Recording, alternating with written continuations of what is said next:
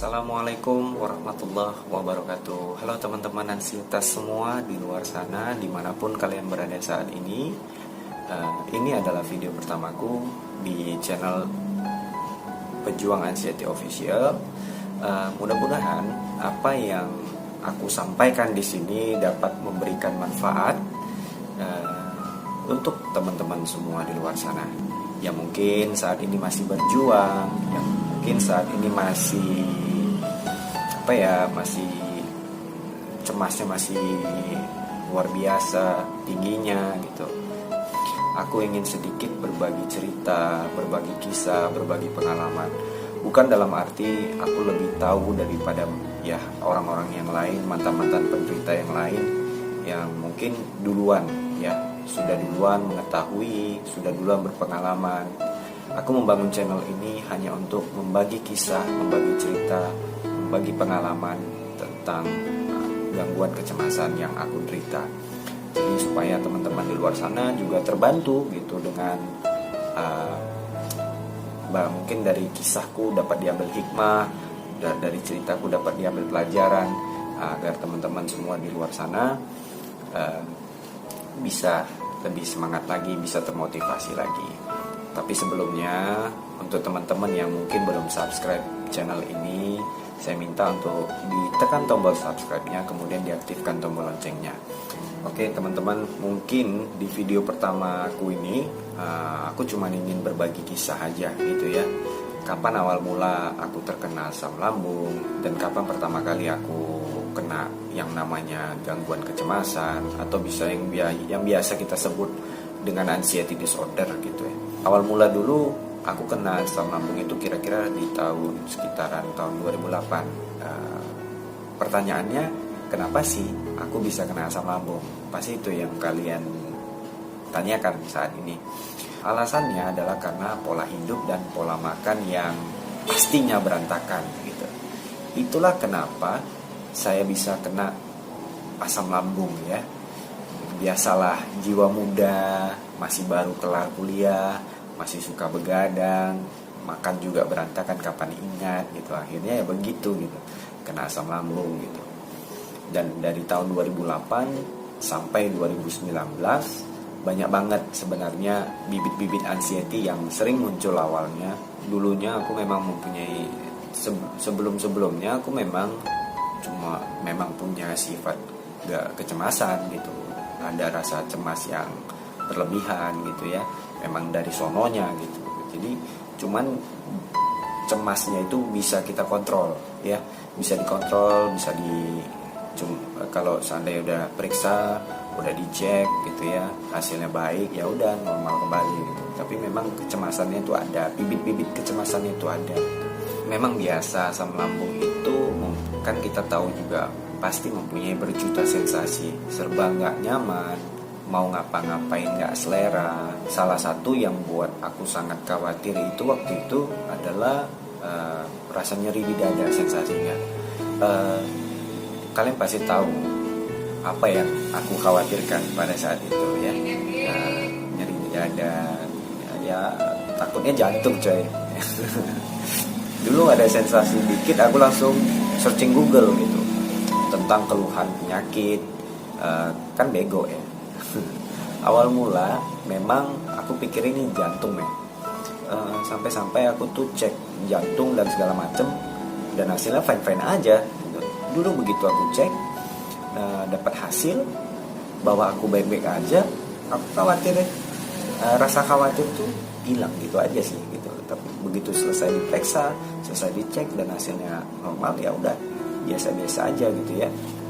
Pokoknya banyak lah kisah-kisah lucu sebenarnya yang aku alamin selama sakit asam lambung dan anxiety level kacang ini ya. Nanti bakalan aku bahas dan ceritain ke kalian. Kalau kalian setuju untuk aku ceritakan, coba kalian tinggal tulis di kolom komentar. Kalau banyak yang minta untuk aku ceritain, ntar aku buat di next video ya. Makanya komen ya. Oke, kita balik ke pembahasan. Kapan sih awal mula aku kena anxiety disorder gitu ya. Itu sekitar bulan April sampai ke Mei 2019 kemarin. Itu kalau nggak salah pas bulan puasa gitulah ya. sebelum kena panic attack, aku tuh sempat 4 bulan menderita GERD. Udah periksa ke penyakit dalam, bolak-balik, tapi tetap aja sama aja, nggak sembuh-sembuh gitu. Pasti kalian juga bertanya-tanya, kenapa kok aku bisa derita GERD? Nah, aku kena GERD itu karena pola hidup dan pola makan yang berantakan, pasti. Itu pasti. Udah tahu punya asam lambung, tetap aja jam makan dan tidur masih berantakan. Gara-gara nge-game, tidur pagi, bangun siang, makan kapan ingat aja. Kalau nggak ingat makan ya nggak makan, ngopi dan lain-lain lah. Pokoknya pola hidup yang berantakan dan pola makan yang hancur-hancuran. Sampai terakhir aku ngerasain leher kayak kecekik, perut begah, nggak nyaman, sendawa berlebih. Dan begitu aku kena begini, langsung aku konsul ke penyakit dalam.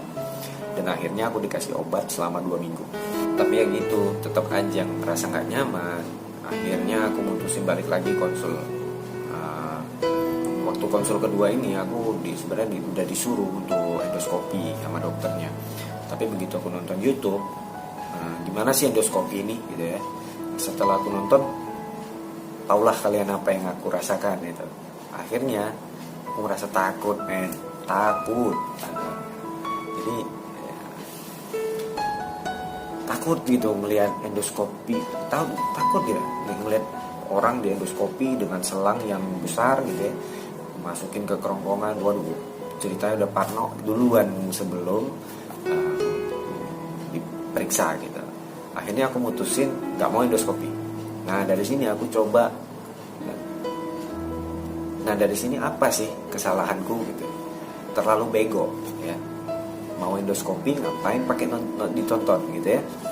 Akhirnya otak kita diracuni dan buat kita jadi takut gitu. Nah pada waktu aku kena panic attack itu waktu di bulan puasa, posisinya aku tuh baru siap ngegame ya sampai sahur. Kemudian habis sahur aku ke kamar. Nah waktu di kamar aku langsung geletakkan tidur. Istriku bilang, nggak usah subuh dulu katanya. Aku cuma jawab ngantuk banget nih, pulang. Nah ini jangan dicontoh ya guys, contoh yang nggak baik gitu. Disuruh sholat malah cuek gitu, tidur nggak peduli. Selang berapa detik kemudian tiba-tiba napas jadi berat gitu ya. Nelan juga nggak enak, kayak kecekik, jantung berdebar-debar yang luar biasa, kayak ada yang dipanikin tapi nggak tahu apa gitu. Aku mutusin tensi sendiri pakai tensi digital waktu itu. Cukup terkejut juga karena tensinya tinggi. Itu aku udah mulai ngerasa kesemutan ya. Kesemutan atau kebas gitu di kepala sama muka ya. Aku pikir waduh, jangan-jangan aku kena stroke dan jantung nih gitu. Bolak-balik aku berusaha nenangin. Di akhirnya bukan makin tenang gitu, yang ada makin parah guys. Akhirnya aku turun ke bawah panggil bos cewek. Di sini kebetulan bos cowok sama bos cewek itu dokter guys ya. Aku ngomong keluhan aku, si bos cewek melihat muka aku pucat, langsung dia pun panik gitu. Terus langsung langsung dia tensi aku. Di sini tensiku tinggi kali men, 160/90. Makin panik, makin kacau lah pikiran kan. Akhirnya aku mikir waduh, jangan-jangan mau mati nih. Aku udah ngelindur manggil bini sama anak gitu ya. Sebenarnya bos cowok ini kayaknya dia paham gitu, dia ngerti kalau aku nih lagi panik mungkin gitu ya. Terus dikasih selang oksigen sama si bos, terus aku dikasih obat waktu itu 3 macam ya, obat jantung, obat penenang, sama obat tensi waktu itu. Terus aku disuruh istirahat. Akhirnya apa? Tidur guys. Tidur. Besoknya udah kayak nggak ada kejadian gitu ya. Tapi trauma panik itu terus menerus, jadi parnonya terus menerus gitu. Nah inilah kisah awal mula perjalanan inisiatifku sebenarnya. Insya Allah di next video kita akan bahas masalah ini. Jangan lupa like video ini, kemudian share sebanyak-banyaknya, bagikan ke teman-teman lain yang sependeritaan tentunya. Kalau ada pertanyaan silahkan tinggalkan komentar ya. Kemudian saya mohon maaf kalau seandainya masih banyak kekurangan, ya maklum lah ya kan, video pertama kemudian bingung mau bahas apa, kenal aja belum gitu. Tapi next video kita akan lanjut lagi pembahasan kita ini. Sekali lagi jangan lupa di subscribe, kemudian diaktifin tombol loncengnya, biar kalian tahu kalau aku tuh ada update video ya. Sampai di sini dulu, salam sehat. Vicky out, bye.